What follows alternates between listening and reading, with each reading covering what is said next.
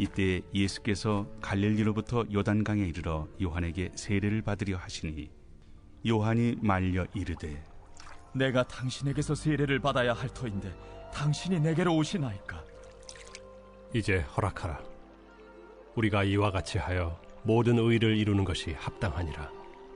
이에 요한이 허락하는지라.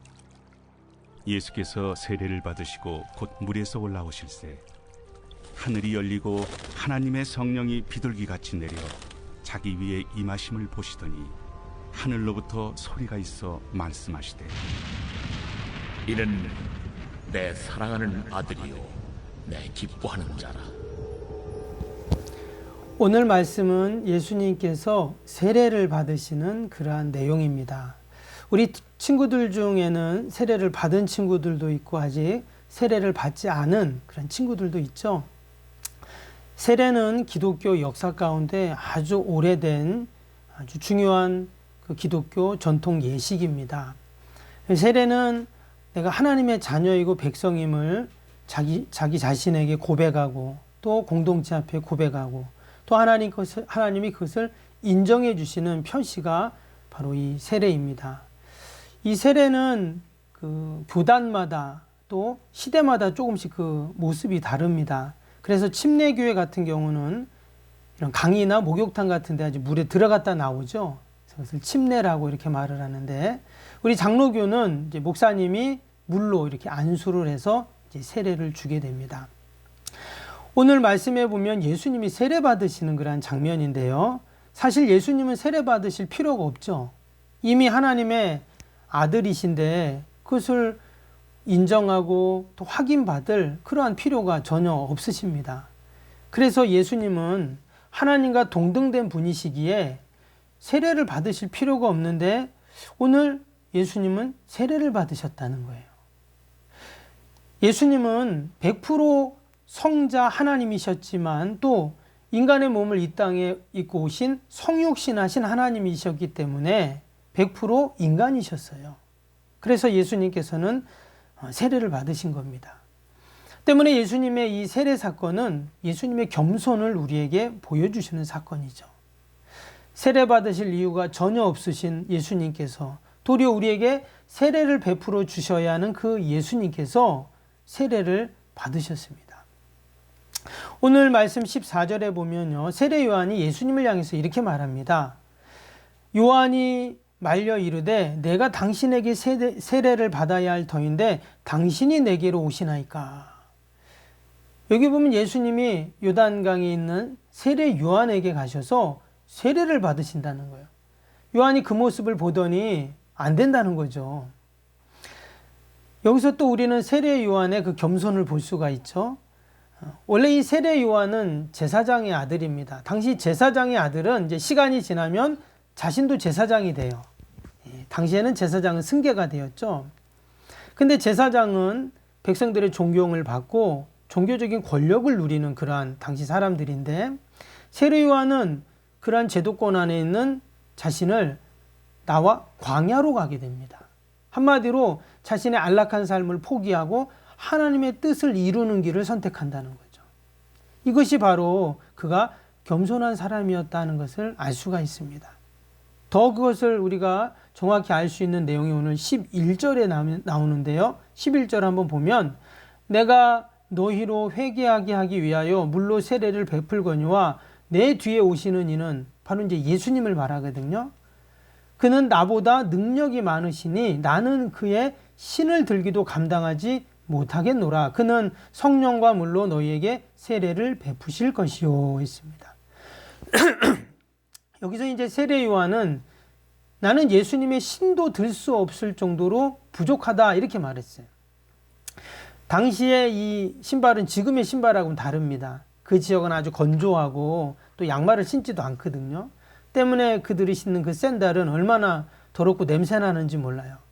때문에 당시의 신발은 이 주인의 신발을 종들이 다 관리를 합니다. 그런데 지금 세례 요한은 뭐라고 했냐면 나는 종들이 하는 그러한 일, 그 신발을 드는 일도 나는 못한다. 즉 예수님 앞에서 나는 너무나 부족하고 또 부족한 자다 이렇게 지금 고백한 겁니다. 수많은 사람들이 지금 세례 요한을 따르고 있거든요. 당시 사람들은 세례 요한을 마치 메시아로 여겼습니다. 그런 그가 예수님을 보고 자신에게 세례를 받으러 오는 그 예수님을 향해서 나는 저분의 신발도 들 수 없는 자입니다. 이렇게 이제 고백을 했다는 거예요. 참으로 겸손한 그러한 모습이죠. 그래서 예수님은 마태복음 11장 11절에 보면 세례 요한을 가리켜서 뭐라고 했냐면 그는 여자가 낳은 자 중에 가장 겸손한 자다. 이렇게 그를 칭찬을 하셨습니다. 진정 세례 요한이 고백했듯이 예수님은 지극히 높으신 하나님의 아들이시기에 그에게 세례를 베푼다. 그것은 상상할 수도 없는 일이죠. 그런데 그런 예수님께서 오늘 15절 말씀을 보라면 뭐라고 하셨냐면 15절에 예수께서 대답하여 이르시되 이제 허락하라 우리가 이와 같이 하여 모든 의를 이루는 것이 합당하니라 하시니 이에 요한이 허락하는지라. 예수님께서는 하나님의 의, 하나님의 뜻을 위해서 세례를 받는다는 거예요. 참으로 겸손한 그러한 모습이시죠. 여러분 겸손은 갈라디아서에 보면 성령의 열매라고 나옵니다. 즉 하나님의 성품이죠. 예수님은 이 겸손을 너무나 기뻐하십니다. 오늘 마지막 17절에도 뭐라 그랬냐면 예수님이 세례 받으실 때 하늘로부터 소리가 있어 말씀하시되 이는 내 사랑하는 아들이요 내 기뻐하는 자라 하시니라. 예수님이 세례 받으실 때 내가 기뻐하는 자다 이런 음성이 하늘에서 들리게 됩니다. 이처럼 예수님은 내가 겸손한 것을 너무나 기뻐하시죠. 근데 사람들은 이제 겸손하면 마치 내가 나약하고 부족하고 또 다른 사람보다 좀 뭔가 약하고 이렇게 생각을 하거든요. 근데 결코 그렇지 않습니다. 겸손한 하나님이 너무나 기뻐하시는 모습이고 하나님은 겸손한 자를 때가 되면 반드시 높이신다고 그렇게 이제 말씀을 하셨죠. 그래서 우리도 예수님처럼 또 세례 요한처럼 늘 겸손한 자가 되어서 하나님을 기쁘시게 하는 저와 여러분이 되어야 할 줄로 믿습니다. 마지막으로 우리 한국교회 초대교회 때 너무나 훌륭하신 장로님이 계셨습니다. 고당 조만식 장로님인데요. 많이 들어보셨죠? 조만식 선생님. 그 독립운동가였고 한국 계몽운동에 아주 큰 지대한 공을 세우신 분이신데 이분이 장로님이신데 그분이 있었던 아주 은혜로운 그런 일화가 있습니다.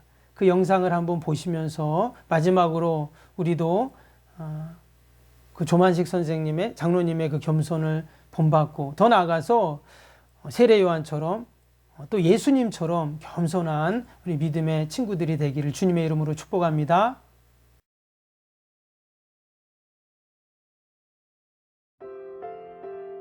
조만식 장로의 겸손.